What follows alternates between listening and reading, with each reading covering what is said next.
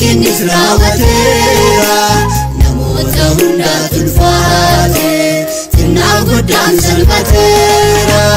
niraafamee biyyi keenya qalbiin namoota rifaate jannaatu goonee jiraata waa'ee toloota malteette sii kadhannaa yaa Waaqayyo fuula kee nu nawwatii xinnaan guddaa sitti boona dadhabbiin keenya hin badiini baluutu fuula keetti malfaatu sitti ulfaata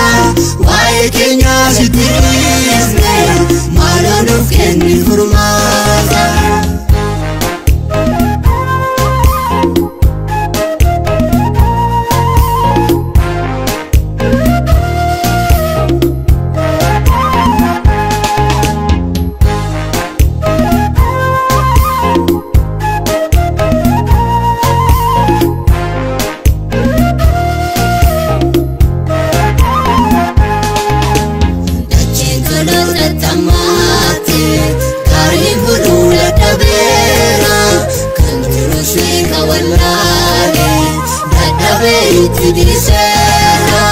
Ya Waaqayyo si kadhanna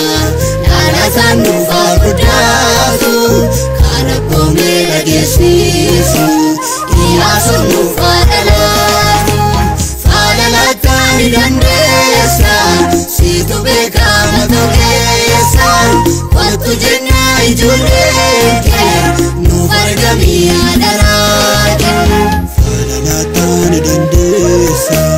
siitu beekama togeessa kottu jennaa ijoollee kee nuuf argamii adaraate faalalataan ni dandeessa siitu beekama togeessa kottu jennaa ijoollee kee nuuf argamii adaraate.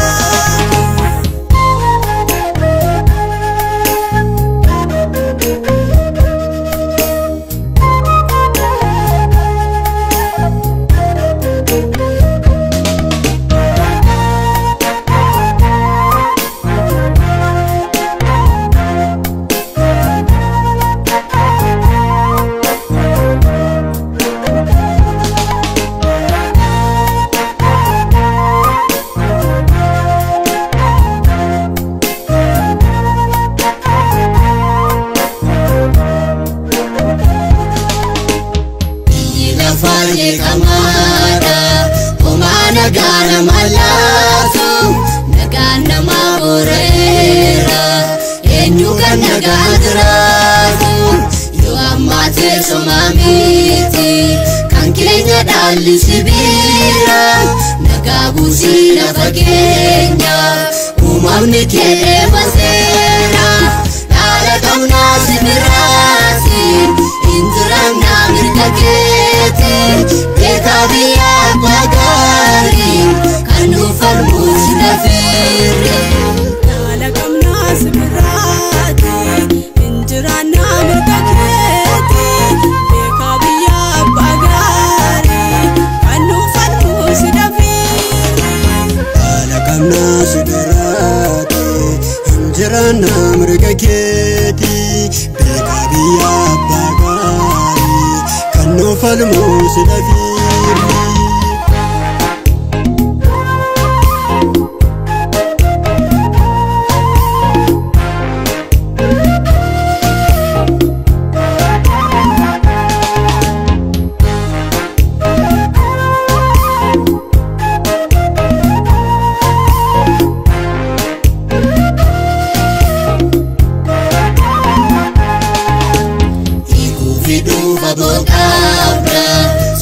Maltul fatare kanu chale si indiru jabana kaketrare nufagai ya Waaqayyo sinala furmatan kamu nugargari dinandesa azilu furmatan namu kana tijete sirri